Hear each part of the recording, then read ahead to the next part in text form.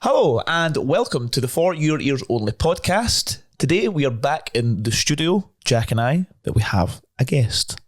Hello. Hi. Hello. This is Conor Meechan. I'm just going to say that you're an editor because I don't want to fill in too much of the gaps, because the first question we have is about what you do. Before we get onto that, however, if you're new here, then have we subscribe? Look about, look at our old videos. We've been doing this for a couple of years. We've been going on to the games, which we're not very good at, but we try, and that's half the battle. But anyway, back to why we're here. Conor, tell us about how you got into the field of TV and film editing. Can I just say up front, this is like, we're in a studio that's like the greenhouse in Dine of the Day. Don't you think? So that is actually. Yeah, there's a lot of trees. There's a lot of trees. There's all lasers. No, Mr. Kill. I need to die for. Shut up. You're not talking anymore. Yes, Conor, on to you. How I got into, so I went the film school route. So I went and did my undergrad at the RCS, the Conservatoire. At the time, the course was called Digital Film and Television, but it's been renamed Filmmaking. It's been rebranded, but it's technically the same course. But the attraction of it was 90% practical, I think. So right from the first couple of weeks, we were shown how to work a camera, how to record sound, and it was a case of, now you know how to do that, go off and make stuff. And we were expected to make films as part of the curriculum, but also to do it in our own time. So we made a bunch of stuff. Where there's a kind of theory side to it as well. So we'd watch films and talk about mise en scène and cinematography, and eventually in our third year we would specialise in a particular discipline, so cinematography or sound and things like that. I've always loved editing. That's always been my passion, right from the start when I was making movies as a kid. I think it's the shooting side I enjoy, but getting it all together, once you have all that stuff, it's then what you can do with it that I find really enjoyable. Is that's where the kind of ideas start for me. And I was really lucky because my tutors recognised that I enjoyed it, and they kind of put me together with directors that, working on graduation films and things like that. So that was my start at uni. Then I went and did, I got my first TV show off the back of that just after I graduated. And then I kind of thought that was enough to apply to the NFTS, where I did my master's down south, and I kind of specialised in editing. So I've gone the film school route. Not everyone has, but that kind of appealed to me in the first place. Was that the film school route? Was that straight away what you wanted to do, or was that more of a, if I'm going to do this, let's go down the kind of professional route of getting the qualification? Or what did you do anything beforehand in terms of like kind of amateur editing? Yeah. I mean, I'd been making films since I was a kid. Yeah. And I used to edit like old school. So I would put like my brother in a car, and I'd have him, driving my dad's car, and he'd go like this. Yeah, exactly. And then I'd cut in like genuinely like a cut in a scene from Here Eyes Only of Locke going over the cliff. So like filming that was fine, but actually putting it together was the fun part, because you got to see it. Like you put the two shots together and suddenly you've got a story. Yeah. So, and it was really, this is before like it, doing it all in camera, recording the two side by side. But going to uni, I was young at the time. I was 18, so it wasn't a mad rush to get into the industry. I was meeting people and trying to network as much as I could, and meet, not just editors, but directors and first ADs and cinematographers and anyone who'd kind of meet me for a coffee. But the upside of going to uni was you got to meet people who were like-minded, the same age as you, who wanted to make film, just make anything, like experimental stuff, and meeting people and just work. The great thing about RCS was there was an acting course, there was a musician course, there was composers. So we had all these people, set designers. So we were all kind of mixing together, working on each other's projects.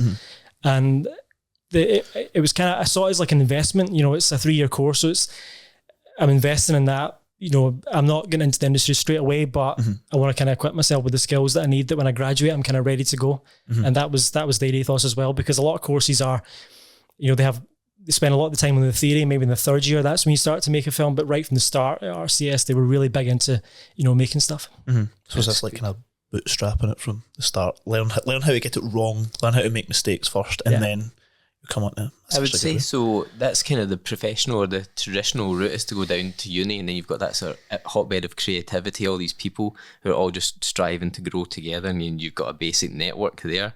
I guess, is there alternate routes to get into this industry? Like, can you just be an editor, like, amateurly, and then stumble your way into a career?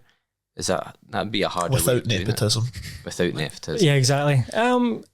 Yeah, I mean, every single person's got a different story, got a different experience, and there's no set path, because there's the film school, film school versus being a runner assistant argument that'll go on forever about whether people should do that, but it's really your choice. I've met people who have dived in straight away to making teas and coffees on the set and kind of working their way up and figuring out from there which department they want to work in. They just want to get on a set and they want to be with people, kind of in the action. That's not to say I wasn't doing that and my classmates weren't doing that. We were encouraged, between uni stuff to try and get on shoots. And that's a case of, just networking as much as you can. Very hard. It's a kind of romanticised idea you see in films. I was a runner and now I'm I'm going to make you a star. Yeah, exactly. I know. Well, every runner's got like a script in their pocket, or everyone's a frustrated director or a frustrated producer, but that's the cliche. Yeah, exactly. But I mean, it does happen. People kind of skyrocket. Their careers happen really quickly. They make a short film or they work on something that becomes a big hit. That's not uncommon. But I think for the most of us, it is kind of knuckling down and putting in the work. So you were at uni doing this film course, and then you won the Avid Award for Excellence in Editing and the BAFTA New Talent winner for Best Editor as well, aged 21. 21 for the BAFTA New Talent, yeah. Yeah, so how did that happen? What happened there? So I was in second year at RCS, and the third years were making their graduation films, which is their kind of end of course, like kind of final film. And I was asked my tutors had kind of seen that I had a thing for editing and I was enjoying it, and they asked me to work on one of the grad films, so essentially a year early. And it was a film called The Groundsman, directed by Johnny Blair. It's got David O'Hara in it, who was in The Departed, and he was Stephen in Braveheart, so it was like a pretty a named actor that's recognisable. And for a short film, it's had a really good shelf life, because I've met people who I don't know who've seen it, and that's kind of unusual for a short. That it's kind of he's working really, he's doing really well right now. A lot of crew are still working in the industry, but I worked on that, didn't think much of it, and then went on to my own projects at uni. And then the year after, I was nominated for a BAFTA New Talent Award. And at the time, BAFTA New Talent was kind of supporting up and coming talent. They ran it for a couple of years, so the film was nominated for Best Film and Best Writing, I think, and Best Editing. So the thing that really struck me there was it was the first time I'd done something where people I didn't know had seen it. Yeah. Because when you make stuff at uni, your peers see it and your tutors see it, and that's great. Their feedback is really important. But this was the first time people from outside the industry had watched something I'd cut. Yeah. Colin Money, a really top Scottish editor, had seen it. I think he was on the judging panel for it. And the fact that he recognised that it was, worthy of that award really meant a lot. And I milked it for like the next year or like the next 10 years. I kept bringing it up. Yeah. I would still be bringing it up. Yeah, I'm bringing it up now, exactly. So, yeah, exactly. People say, see the edit of that, and you're like... but yeah, like David O'Hara, man, he was such a good actor, and it was, I was watching the rushes that, the scenes he was doing, I was like, I don't have to cut because it's all there. Like, he's really going for it. It's, to work on that and with that kind of actor so early is really good. And does that actually make a difference in editing? Like if the acting performance is, right, I suppose it depends on the thing, but if the acting performance is really good, you kind of like, okay, let's just leave it. The last thing you want to do is get in the way. So it's a tip for any actors, is we don't want to cut. We don't want to cut around you. So if we're engaged in the performance and we're really hooked on it, we don't want to, make a mess of that. So with him, it was just, there's a scene in the film where he's having a kind of mental breakdown, and the football stadium he works at has been sold, and the board is kind of given up on it, and he's really, he was a player there, and he kind of launches into a big tirade. There's a lot of F-bombs in it that weren't in the script, but nice. That kind of added to it. So just watching those rushes, I was like, man, I don't want to touch this too much, but you pull bits and pieces from different takes together, but once, it's all there. Like, it's all there. That's kind of the whole less is more then as an editor, where you're like, I'm not, again, it could, you didn't do much to it, but it's like, that's well edited, because it's like, just leave it. Yeah. Like, let it breathe. Yeah. And that'll be good. I love kind of flashy editing as well, stuff that's really in your face and really, it's been edited and you can feel it and it's kind of visceral. I like that kind of stuff. Michael Bay. Yeah, exactly. Like genuinely, I love Michael Bay. Like, I think when you watch one frame of his, it's a Michael Bay movie. Yeah. And lens flares. Yeah, exactly. Like JJ, I love JJ. Like, he's such a good, like those kind of movies where it's the editing is creating a mood and it's creating a theme, and it's like, yeah, you can be nasty with it and you can flash frames and stuff like that. So yeah, you know what you're getting into. Yeah, exactly. Like, if the film needs it, then sure. Yeah. In terms of work, everyone in Scotland knows River City, even if you're not from Glasgow. It's up there with like Still Game. So how did you get your shot on that show? It was 2018 started. So I just finished the NFTS, or I was coming towards the end of it, and I got word that they were looking for Scottish editors, like Scottish talent, to work on the show because they wanted to have more local people. My way in was I watched the show, so I've been watching it for about 10 years, and I've become a real genuine fan of it.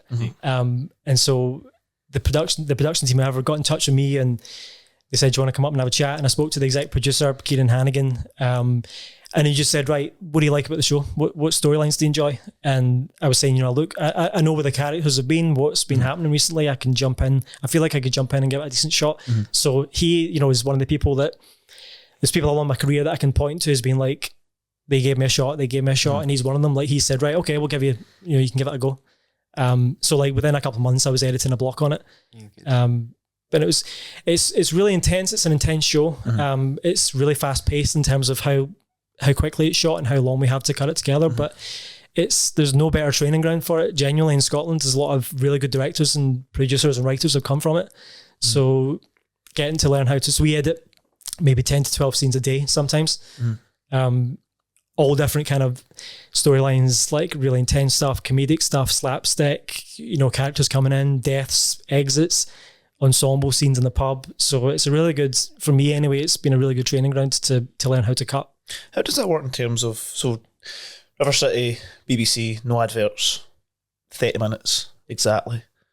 For an episode, how much time, that's this horribly worded question, how long is the total footage you're given?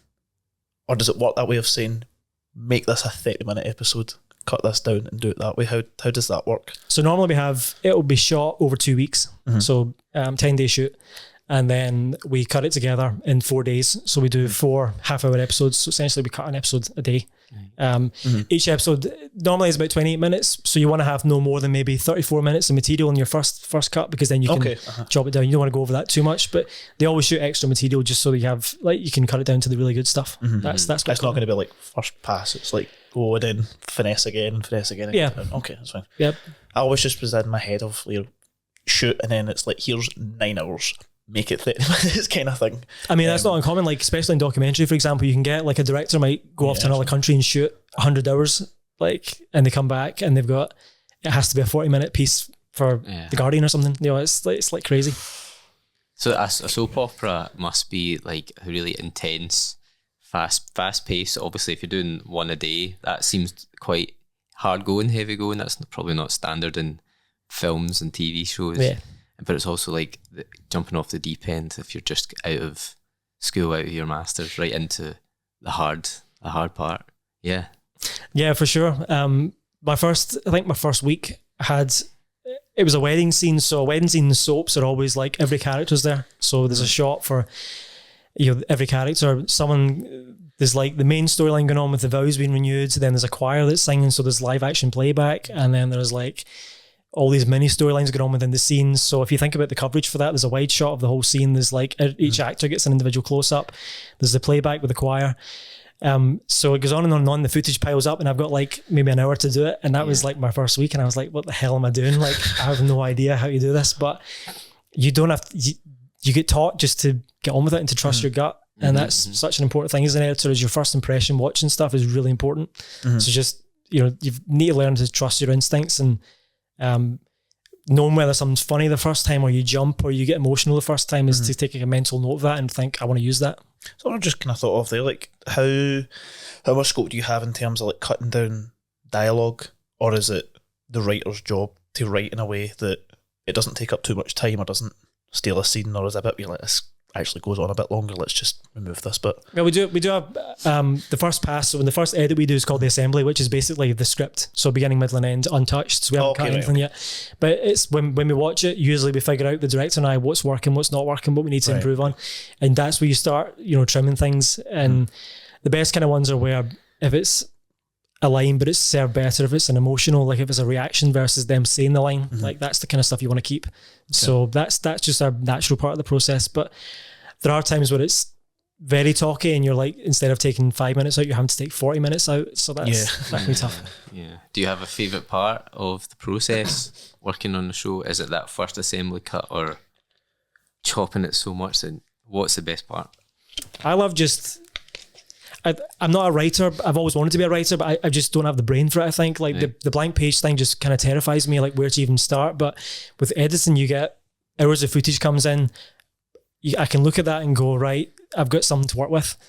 And at that point, it's like limitless potential. You can do almost anything with it. So I think one of my skills is that I can look at footage quite quickly and you start to piece it together in my head and putting it down. I can do that quite fast.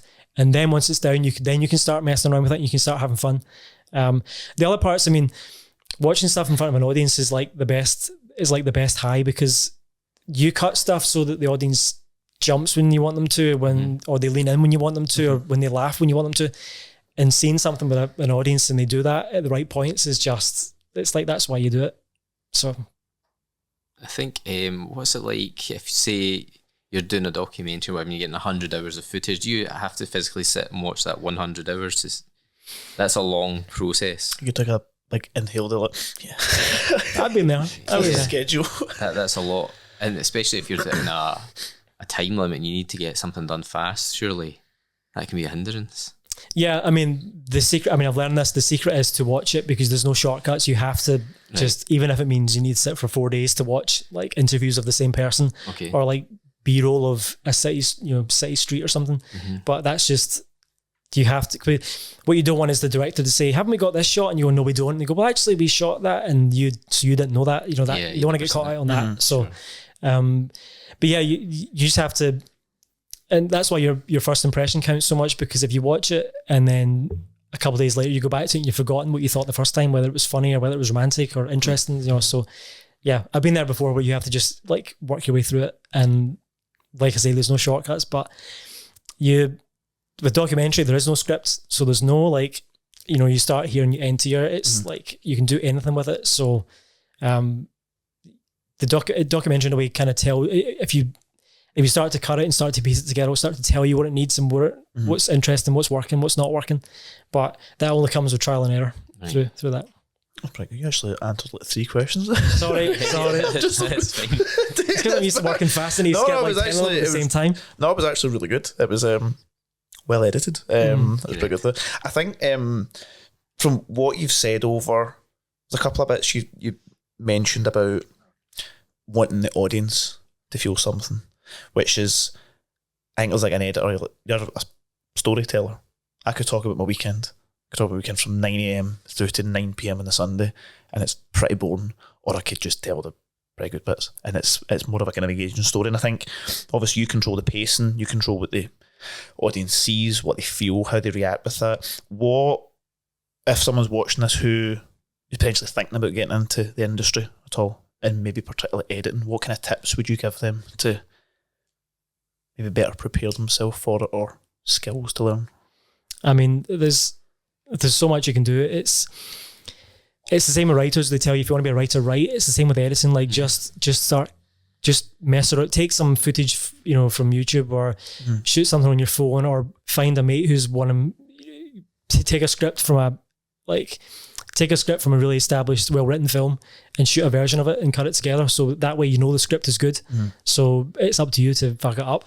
Yeah. So, and make the mistakes. But what I think NFTS was really good, because they taught you to have an opinion, you know, to have something to say, to have a voice, because it wasn't so much about teaching us, it was about having a backbone as a filmmaker. So I would say, if you're starting out, watch films with the sound off, watch what the cut's doing, the picture's doing. If you enjoy something, don't just say why, like it's funny or it's good, but talk about what's working, what's the director doing, what's the cinematography doing, what's the music doing that's making it work. How would you describe the editing? Is it fast, slow? You know, have a viewpoint, because directors really want that in editors. They want them to have, you know, something to say and something to contribute. Really basic stuff, like, you know, on the practical side of things, but networking, go along to, you know, networking events, wherever you are, meeting people, meeting directors who are your age, who might have a short film idea they want to do and say, well, I'll cut it for you. I think a lot of directors who are up and coming tend to cut their own stuff, which I think is not always a good thing, because they're kind of limited by their vision, if that makes sense. So they're not bringing in other people to say what's working and what can be better and what can be improved on. So, put a team together, work with other people, I think is really good. I think as well that way there's that creative thing of it's never finished. It's never done. It's songs are never, you could spend hundreds of hours, it's never finished. You give yourself a deadline. I think if you bring someone else in to say, no, I would do it this way, it's like, okay. Most short films are always too long. That's the thing. Like, directors who direct and cut their own stuff, it's always too long. It's like a 17-minute short and it could be 7 minutes. It's like, so, that's, they're there to help you. That's a good thing. Yeah. It's kind of, it reminds me of and is it Mr. Bean? But it's a fake movie with Willem Dafoe. Yeah. It's just him going up the escalator. Playback time. And the director's sitting there going, and everyone's falling asleep. And it's like, you didn't need to do that. But the director's always went, no, we're just going to keep this going. We're going to keep this in one long going. I got to meet the editor of that movie, and I asked him, I said, did you have to edit the movie that's in the film? And he said, yeah, we did that. And I said, did you have to make it like really pretentious? He said, yeah, we just made it like the most pretentious, over the top, like horrible film like they would show at a film festival kind of thing. Just going up an escalator. It's because it's when it reverses at the top and it just goes back down again.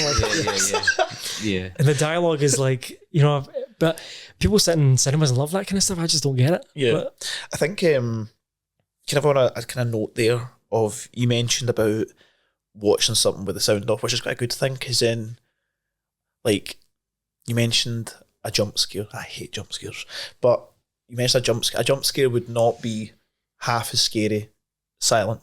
The bang or the noise or the scream of the music is what kind of adds on top of that.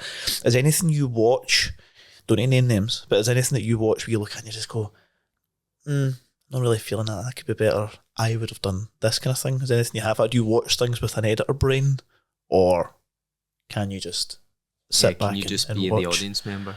I'd love to say I can. I try, like, there's some films that will just take me on a journey and I'll just like tune out, but there's always a part of me, like, even if I'm seeing a film for the first time, like one of my ears is tuned to the music, and one of my eyes is watching the cinematography. Like I'm listening to the score and the sound design. Like as much as I try, I can't switch it off. But I don't mind that. I enjoy that. That's fun for me. Like, but I can still get lost in a really good story, and it's actually knowing how it's made. I can appreciate it more, I guess. All right, I've never thought from that angle.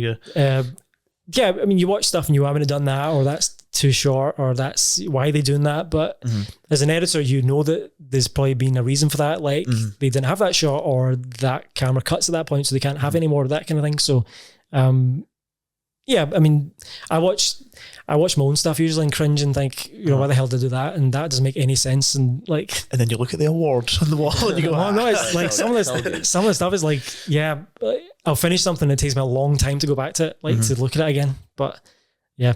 I suppose you must be looking at the same thing over and over again and go, I need 5 minutes away to go on something else. Yeah, it still stings, but yeah. I always remember I've watched in interviews, I love Prince, so I watch him and he talks about how he would watch a TV show at night and he'd always be re-editing the music and he'd go, I'd not do that chord change, I'd do that. Or if he was watching like X Factor, which he admitted to doing, he would say, I would not arrange that song that way, I'd be rewriting it. And whoever he was with would be like, you're not even enjoying this, you're just actually rewriting the show in your head. I mean, like, I obsess over what words the edit's on, like, and why it's on that word and why they cut to this person at that point. So I'll try and switch that off, but usually, is it like jarring? No, not unless it's bad, but it's part of the fun for me, like I say, of just, just. I think we used to do music for a long time in a band, and that was one thing that I could do was sit and just be a listener and listen to a good song on the radio and not think, oh, I don't like the sound of that snare, or oh, that chorus could be double time. But I have to engage that gear to then go, oh, how did they do that and how did they do that? But I can just sit back and go, that was a good little pop song. But a lot of people are like, if you're in that field, you're always analytical. I'm the guy who's like, if someone says they've not seen something, I'll say, I'm going to sit and watch it with you because I really want to show you it, because I love watching. Like, I saw Silence of the Lambs years ago at the BFI, and the guy next to me clearly never seen it because he was reacting like for the first time at everything. And there's a bit where Hannibal takes his he's in the ambulance, spoilers, but he's disguised as a paramedic, so he sits up and just takes the face off, and it's him, and the guy next to me like you know when people talk about reviews, like people leapt out their seats, he's like, no, he didn't, but he genuinely like jumped, and I was like, God, if I could do that to someone in a movie, I'd be so happy. That gives you a goal. Yeah, exactly. Yeah, I had to. You're the next question. Yeah, actually. I'm gonna move on. We've spent time doing your career. But Enough about you, Conor. We're going to talk about Prince. Let's go. We're going to go back to Prince. No, what we're going to do is because we're a James Bond podcast and you're a massive James Bond fan. Let's throw some James Bond questions at you and see what you think. So basically, the world of James Bond. We know you're a fan, so we're going to quickly give you some quick fire questions. I'm scared about this bit. Right. So just off the top of your head, don't think too hard. Tell me your favourite movie of the 25 official James Bond movies. Skyfall. Right. Least favourite. Man with the Golden Gun. Favourite actor. Is Bond? Yes. Daniel. Okay. Are we going to go back on these and I'll get criticism for them? Is that the plan? Yes, we're that's going fine. to go over Just these. checking, right. Favourite car. Goldfinger's Rolls Royce. Oh, that's a good answer, actually. Okay, so this one you can think about because this is longer. Who would you like to see as the new James Bond? Out of everybody who's either been mooted for it or somebody who's not been in the running. As in who'll be the next one, not who could have been Bond in like the 90s. Who's going to be the next one? I thought Riz Ahmed would be a really good Bond. Okay. But I think he's a bit old now. But all this talk of Callum Turner, I was like, yeah, okay. I'm not big on Aaron Taylor-Johnson. Right. What is your favourite? I don't get Henry Cavill, those choices like Idris Elba and stuff. I'm so sick of that. No. But I think I think Callum Turner would be pretty good. I think he can be good at it. I think if he grew his hair out and covered his receders, then he would be pretty good at it. Okay. Yeah. But maybe he's 32 or something now. Is his hair going? Oh yeah. Is it? Yeah. Okay. He needs it. If he can get the Pierce Brosnan haircut, yeah. I think no one can get the Pierce Brosnan haircut. Like, I think he would be good. Yeah. Okay. Let's go critique what you've just said now. Okay. How is any of that wrong? What do you want? The gold? I never. Why the Goldfinger car? Oh, I mean, I've seen it in person, so I saw it in the Bond in Motion exhibition in Covent Garden. Yeah. Like, of all the cars, it's stunning. For me, the best one in that exhibition was actually the electric car from Quantum of Solace. I don't know why, I just seen that and went, oh, that's cool. Which one? Ford? Actually really is like that. It's a Ford. Oh, yeah. Oh, it's not electric, it's hydrogen. Yeah, it's a hydrogen car, that's it. I just thought, that's pretty cool that was actually real. I don't know. That was the one that stuck out to me. No, those were all opinions. There's no wrong answer.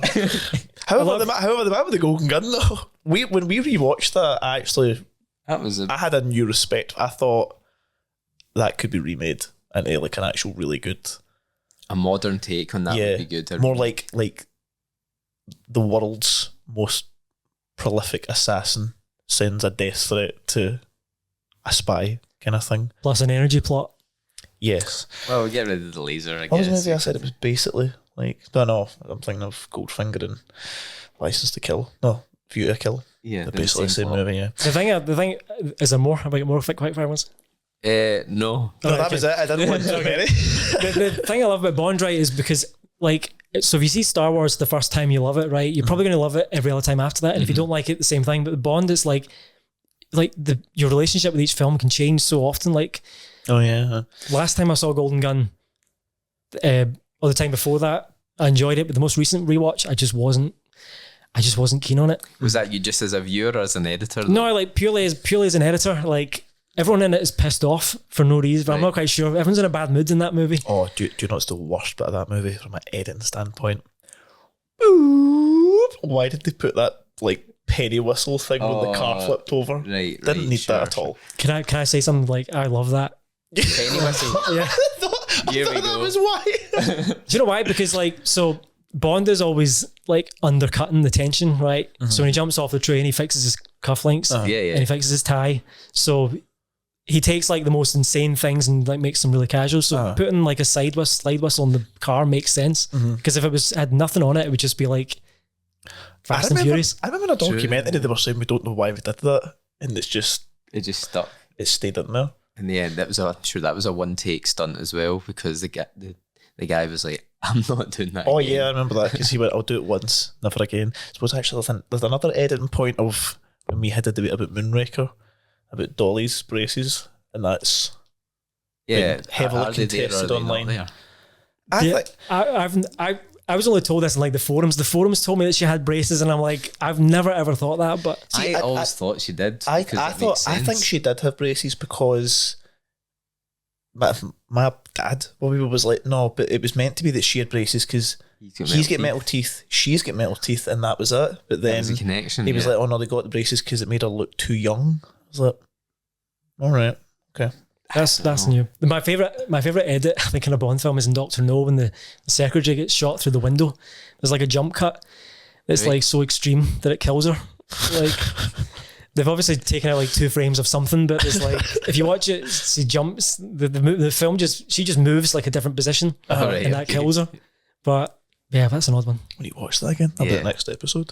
There's actually a famous, I can't remember his name, but there was a famous editor on the old films who then became the director. Is that a normal career jump? There's a lot of great directors who started out as editors, like David Lean, and I mean James Cameron cuts all his own stuff, partially cuts them. But I think there's a really good value in being an editor. Like John Glenn, for example, did the same thing. Peter Hunt. Hunt, that was it. Yeah. I knew his name was Hunt.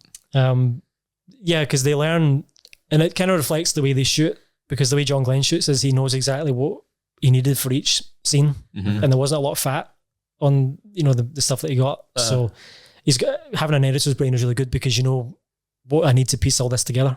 I suppose it's just I know what I need. I don't need anything over that. It's quite good for budgets as well because then you get a lot done. Yeah, exactly. Cheaper, get everyone away on time. So one of your answers there was Skyfall. Why Skyfall? So I just love them. Like, it's just such a good movie, right? Like, I just love it. Yeah. But I think with a lot of Bond fans, their favourite film is more to do with where they were when they saw it, like in their life and stuff. So, because when I saw it, I was at uni. We were all roughly 20. Yeah. At the time. So, like, I remember seeing Die Another Day in the cinema, and I remember seeing the trailers for it, and like when Harry Potter came out and stuff like that. And then Casino Royale came out, and I was, I saw the trailer for that. I was like, my God, it's in black and white and stuff. And Quantum of Solace, I was reading about Empire magazine, but then the gap between Quantum of Solace and Skyfall was when my Bond fandom kind of went nuclear because I became like obsessed with it by that point. And so when Skyfall was announced, like there was a year or so between that and it being released, but like I watched all of Sam Mendes' movies and I've listened to every Thomas Newman score and I watched Roger Deakins and I was trying to figure out what's their movie going to be like the philosophy and stuff. So by the time the movie came around, I was just rooting for it. I just wanted it to do well. And I've got a thing where I don't listen to the Bond song before I see it in the cinema. I want to hear it for the first time. Oh, I'm the opposite. I don't know. Oh, really? I have to go listen to it right Apart from No Time to Die, because you couldn't, I had to listen to that for a year and a half. Yeah, but, sure. So like, yeah, just Skyfall I just absolutely love. I think it's like, if no one's seen a Bond film and they want to watch one, Skyfall is like one of the 5 that I'd pick. I would say that was the one that I would suggest people watch because it stands on its own without it having to be a James Bond legacy movie. You don't need to know what happened before. You can watch that on its own, and to me it's the best of British movie. I think that was the whole idea. 2012 Olympics, London, that whole year, everything just seemed to be all UK centric, and just the hype around the country was great. And just seeing like Glencoe, Scotland in it, I was like, oh, Scotland forever. That kind of, it just seemed like the great film to show off the UK. And I was like, very, very, very, very proud. I just thought the story was excellent. It looks amazing as well. Like, yes. I mean, it's one of the best looking films ever, I think. And it's kind of like it's a serious, it's like a prestige, not just like a prestige Bond film. It's just such a good movie. Like, well, the caliber of actors and the director, just these top tier people in it for like one of the first times. Yeah. Is there anything else about Skyfall you particularly like? So Skyfall was my first ever experience on a film set. All right. So that was my first ever time I was on a professional film production. So there was someone working in the camera department. There was an article about it in the newspaper, and I reached out to the writer and said, who was a friend. I said, can you put us in touch? And so got in touch with her. I spoke to her for a couple of months, and she said, do you want to come and visit the set I'm working on? And I kind of twigged that it might be Skyfall, and I said, is it Skyfall? And she said, yeah, it's Bond. Nice. So I went down to Pinewood for a week, and just like, I mean, it was like my first time on Pinewood, first time at the 007 stage, just being in that area. I think I was like 18 or something ridiculous, but yeah, it was a great, like, just watching. So it was Silva's scene on the island when they come out and they shoot the champagne glass and shot glass. Wow, cool. And the fight scene and stuff like that. Yeah. So, I mean, yeah, it was just like, there's a reason they have such a good reputation, like the people who make the Bond movies, because it was such a, like really well-run machine, and seeing Sam Mendes and Daniel Craig and Javier Bardem and stuff was like, yeah. So I was there just to observe and kind of listen. Them all there? Yeah. Oh, nice. But you sat in the corner, look. Well, I saw early on that Severin died, and I was like, oh no. So, but I didn't mind. I was like, so it was so cool just to see that, and like, yeah, that was so. I was, high as a kite after that, but yeah, so working on that was. So really what did you do? I was basically making teas and coffees, making sure everyone was fed, and getting lunch orders and things like that, and hydrated. Yeah. So everyone in that scene looks really hydrated, and well fed. They're all happy. It's all me. Did you? Was it for everyone you got the food? Was it like Mr. Craig wants his sandwich? No, I'd have shit myself. I did that. No, it was the camera team. So I got to give Roger Deakins his coffee one morning. So I was like, here you go. I picked it. Half a cup. I got telling everybody about that. I was like, I got Roger Deakins his coffee. So yeah, that was cool. That was very good. Do you? Sometimes I think if I was like to be cast in James Bond or something, I wouldn't like it because I'd know what's going to happen. I would feel like if you that's the one thing. Yeah, like I love being in this somewhere and not knowing. Oh, M dies. You like being the audience member. Mm-hmm, yeah. So that kind of thing about it's almost like a don't meet your heroes idea, I guess. What if you're just an extra though and you don't see the story? But if you're in the background and Severin dies, then you kind of know something that happens. No, I'm lucky. I've got to meet a lot of people who are like heroes and stuff. So like, yeah. Moving away from Bond, even though we are that kind of podcast, is there any stories, so away from editing, I know you like your scores, you like myself, but actually we're the opposite with that, where I'll come at a movie and the first thing I do on the drive home is search for the score for that movie and listen to that on the way home, and you couldn't care less. You're just like, what? Okay. I'm just a regular guy that listens and watches the movies. Is there any story, fictional or true, that if it was to be made into a film and or TV show, and what involvement would you like to take in that, either editor, actor, composer, anything you can think of? I don't know if there's any specific story, but I mean, I'm kind of obsessed with like ancient Egypt and things like that. Like just visually, it's a place you just love to see. Like, Denis Villeneuve was going to do a Caesar movie, I think, at some point, and like imagine him doing, did Dune. Like imagine him doing ancient Egypt. That would be pretty incredible. It would be good. Things like Victorian London, like the Sherlock Holmes one that Guy Ritchie did. I just love that film. Yeah, just like the production design and stuff. I think it's because it's a world that we're familiar with, but that's different enough that you kind of want to like be immersed in it. So those kind of like Victorian London, ancient Egypt, like there's a story of it was one of the podcasts spoke about it. The 1904 Olympic Marathon. Have you heard about this? No. It was 4 of them cheated, I think. So the first guy, I'll get this order wrong, but the first guy who won, who got the medal or was first across the finish line, jumped in a car halfway through. Right. There was another guy. Nobody's seen this. There was another guy who was injected with brandy. His team injected him with brandy and some other stuff to make him run faster. There was one of the guys who eventually did become the winner who ate poisoned apples, I think, along the way and fell asleep. And he woke up and finished the race, and he was the eventual winner. And I'm like, I'd love to see that as a movie. That would be a great movie, actually. I probably get that all wrong, but like that was the gist of it. But I'm like, who's your protagonist in that? Because there's nobody like you can sympathise with, but I kind of want to see it at the same time. I feel like Jack Black could do a version of that. Yeah. That's really good. It was 1904 1904 marathon. This is true. Like the 1904 Olympic Marathon. Yeah, if you look it up, it's one calamity after another. I'm like, I want to see that as a movie. It's fine. What will happen is we'll clip this, it'll go on TikTok, and someone will comment start to finish the story, and no one will read it. That's the it's all share promises. Like, yeah. So injected. Okay, that's a pitch you should make then to somebody. But that's all. I've only got the actual event. I don't know what the hook is, but like if it's done, like I should do like uber seriously or something. But yeah, no, because then people will start actually. Just do like Dunkirk or something, like injecting themselves with brandy.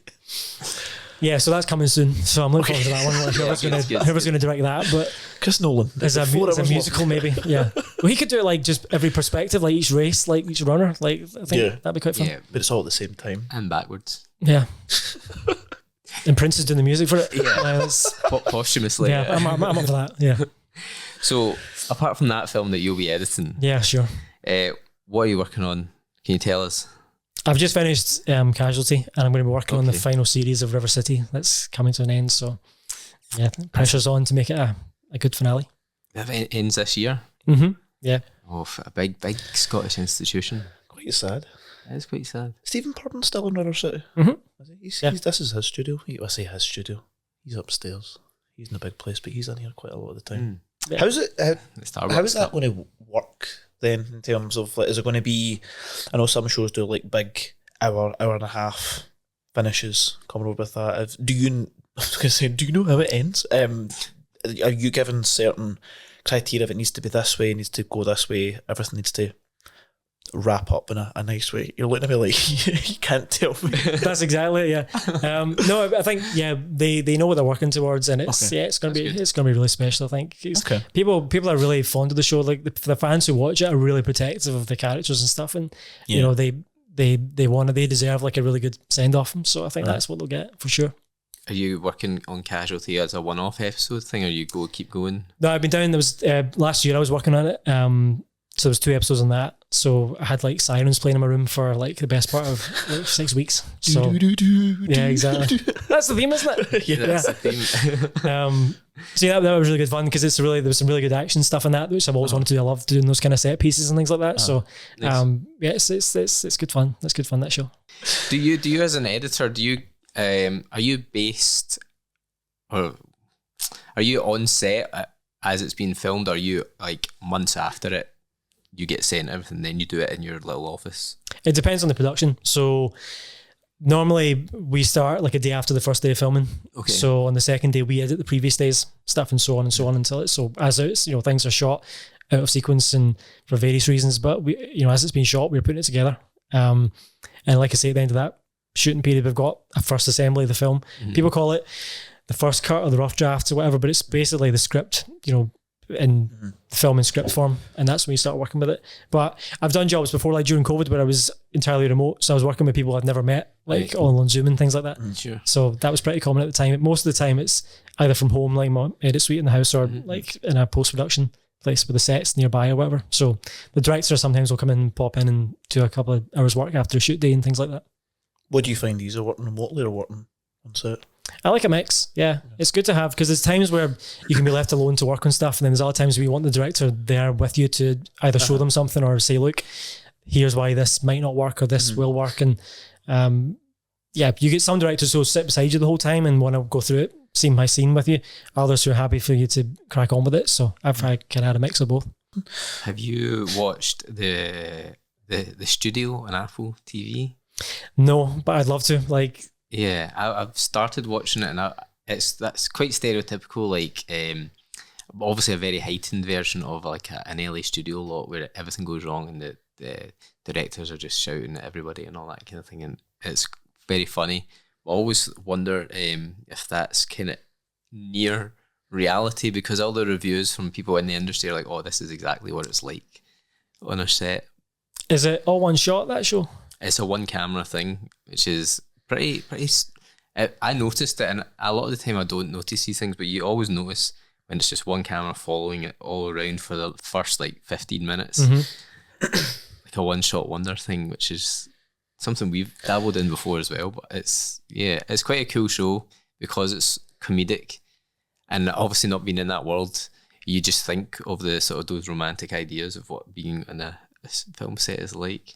But it seems to be quite chaotic at all times. Has that been your experience if you're on set? Yeah, from the stuff I've seen, it's probably spot on. Yeah, it's but I mean, I love movies about movies. Like Ed Wood is one of my favourite films, and you know, that's about like the heartbreak of trying to make it in the business and making your making your first movie and working on the independent scene and things like that, and things fall through last minute and actors become available, and you know, the budget falls through and things like that. So that's like that's a good, you know, Babylon as well. That's like a great movie for. I do like Babylon. That was a great. It's a cracking movie. I love that final sequence where it's all those like it's like 2 frames from each film or something, and it's the history of movies and stuff, and it's a cracking scene. I've never seen that. I've seen it advertised, but Tobey Maguire's scary in it. Tobey Maguire's always scary. Yeah, he has like there's the whole detour for like 20 minutes of just him doing like whatever he does, and then it goes back to like the main story. Yeah, it's quite. It's like, this is a horror movie now.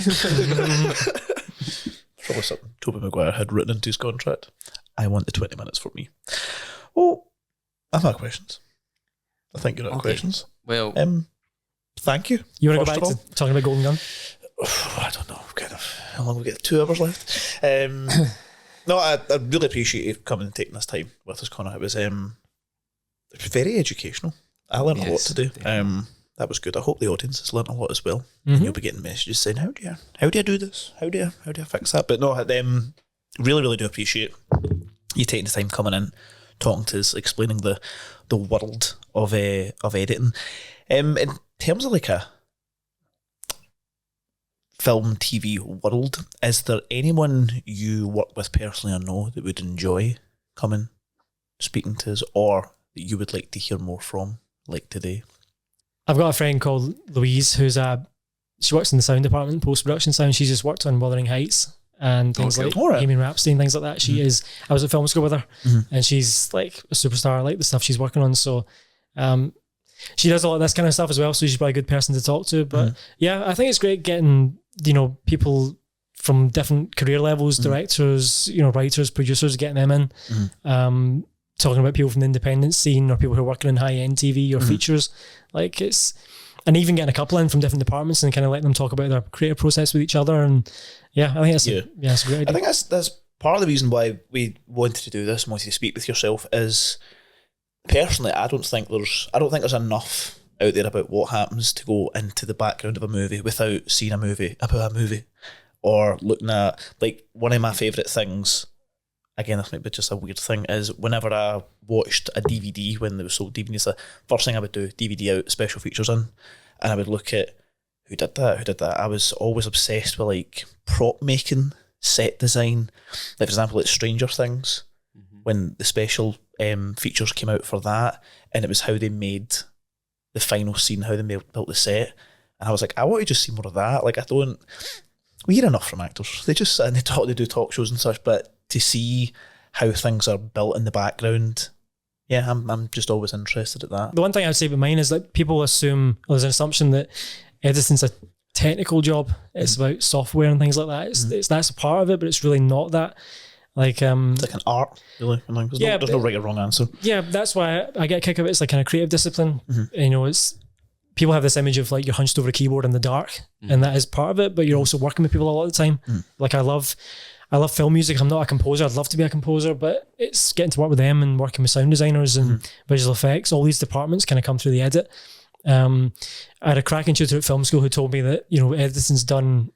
It's like done in your brain and your gut and your heart. It's not done, like the keyboard is like what translates it. That's physically, but it's all done in your head and stuff. And that's, you know, it's an artistic thing and it's a creative thing. It's not just being able to work software and cables and things like that. So yeah, it's definitely creative because you have the ability to kind of influence how they perceive it, because you can edit it to, wait, this is romantic or this is violent. You have that ability to do that with what you show and what you don't show. Yeah, you're a storyteller. That's you could edit a romantic scene like a fight sequence, and suddenly there's just cameras cutting. Like, music changes everything. Like, you put a different score on something, it just like totally changes the scene or put the emphasis in the different place. Do you work with temp scores a lot, or are you there when it's silent?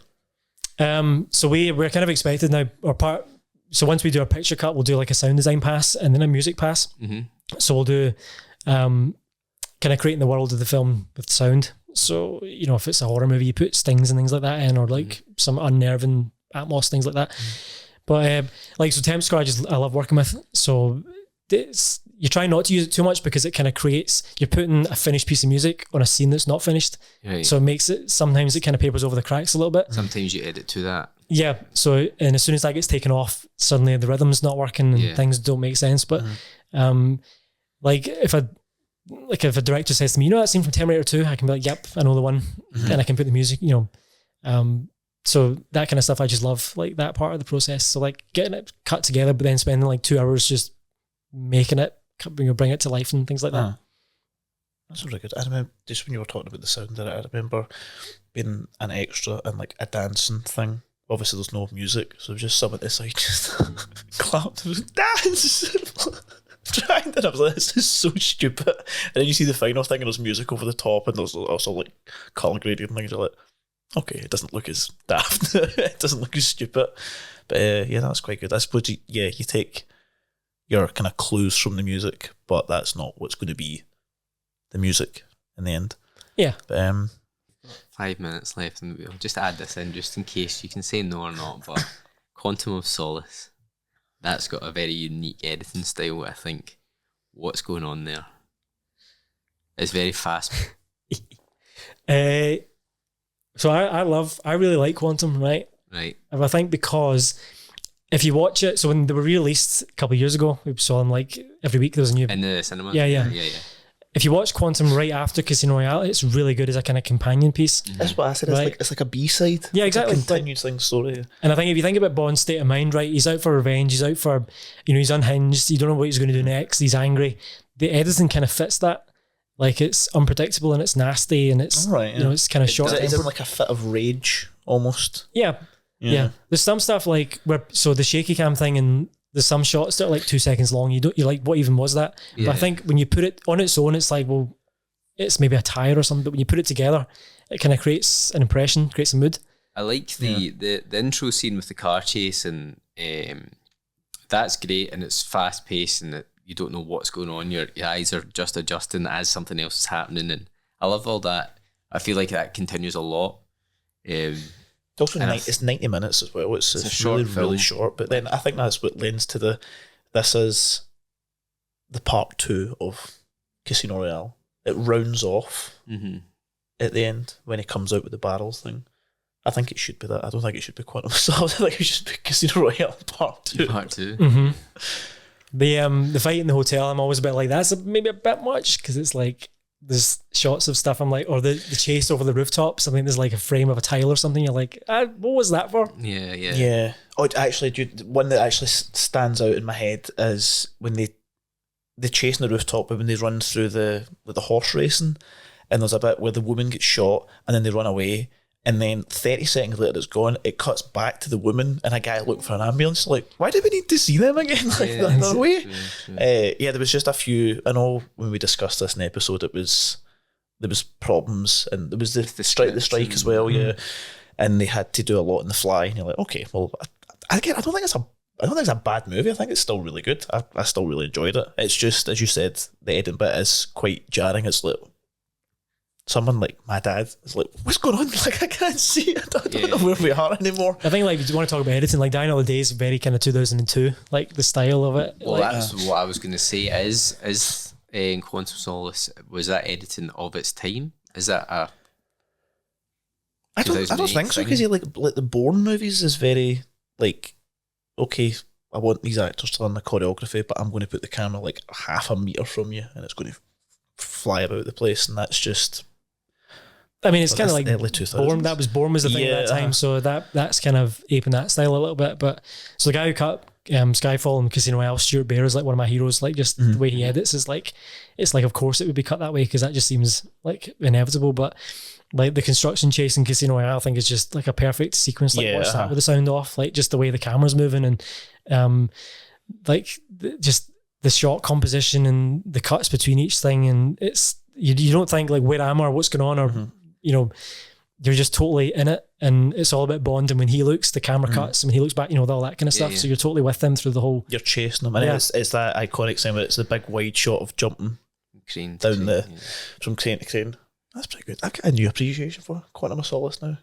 As you said, it's like he's You'll get complaints about angry. that as well. Me talking about Conor mean, being really good. Like, No, I said it in our episode, and no one. Well, I don't read the comments. Like It's no, I liked it. I think that makes sense now when you said this is following the character, because then so he's in a rage at the start and everything's all shaky when he's angry, and then when he's in the plane with Mathis and you can see he's still just depressed and just drinking, and then at the end that's him. I'm quiet now. Everything's done. I didn't kill the man, and that's the end. Fade to black, and then there's a bit where it's like there's a shot of somebody on an ironing board outside, like. Yeah, like he drives past. He's going to follow Dominic Green, and the car drives past, and there's like someone outside. But I'm like, that's what like John Glenn would do that. You know, whenever he goes to like India or somewhere like San Francisco, there's always a shot of locals doing just doing stuff. And like that's kind of like the modern version of that. So Sure, that's how I'm justifying it. Okay, it's like it's the Octopussy, and it was let's go to India, let's get every Indian stereotype and put them out here. Every animal. There's a snake charm. Why is that? Okay, well that's fine. Yeah, the chase in the jungle is the one I can't like. I think it's just like 3 jokes too many. I love it. It's just I love it. It's great, but like there's a lot in it. I'm like, you could do without Sit, Tarzan, and It's Off maybe, and just keep the rest. But I remember actually laughing at the bit when he pretends to be a body. He goes, oh! Yeah.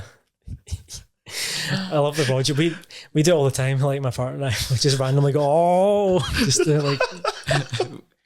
We actually rated that movie very high on our list. Octopussy was I'd watched Octopussy again for the first time since I was maybe like 6, and even when we did our like final review of all the movies together, we both agreed if anyone was to go back and watch a movie, go back and watch Octopussy. It's just fun. It's just enjoyable to watch. It doesn't take itself too seriously. It knows it's goofy, but it's actually still a good story. So that was the most recent one I rewatched, is Octopussy, and I had such a good time with it. I watched it on a Sunday afternoon, and I was like, that's like the perfect time to watch that movie. That is. It makes complete sense. That's why ITV just put it on. I know. Like, you ever seen License to Kill when ITV do it? It makes no sense because it's on at like it's like 2:30 in the afternoon they put it on. Yeah. And things just are cut out that affect the plot. Yeah, exactly. I noticed that quite a lot. Where's the shark? We're missing the shark. I think they always edit out the agent, the Chinese agent who kills himself, and he takes the. Oh yeah. So he's technically alive in their version of the movie. So he's walking about. Yeah. Is that all about ITV? No, I'm talking to ITV like they're watching. We went off on a tangent again. Yeah, but if you got me onto Bond, that was never going to come off it, so that's why. But no, as I said before, we've really enjoyed this. Chris, any questions you've got for us? Do you have any questions for us at all? Have I missed anything you else wanted to cover?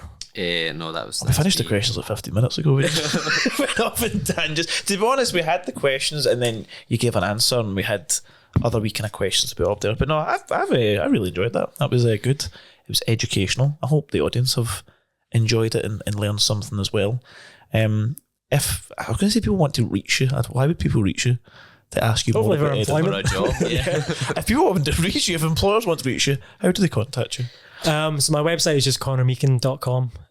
You can find me from there, and same thing, Instagram and stuff. It's all there.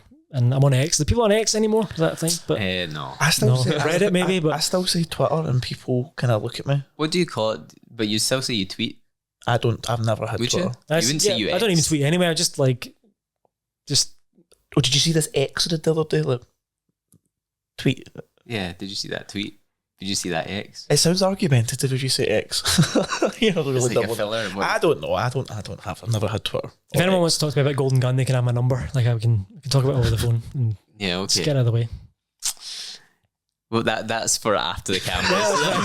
That's fine. But yes, that was very good. Thank you much for coming in, Conor. Thank you much for joining us, everyone, and we'll see you next time. Bye.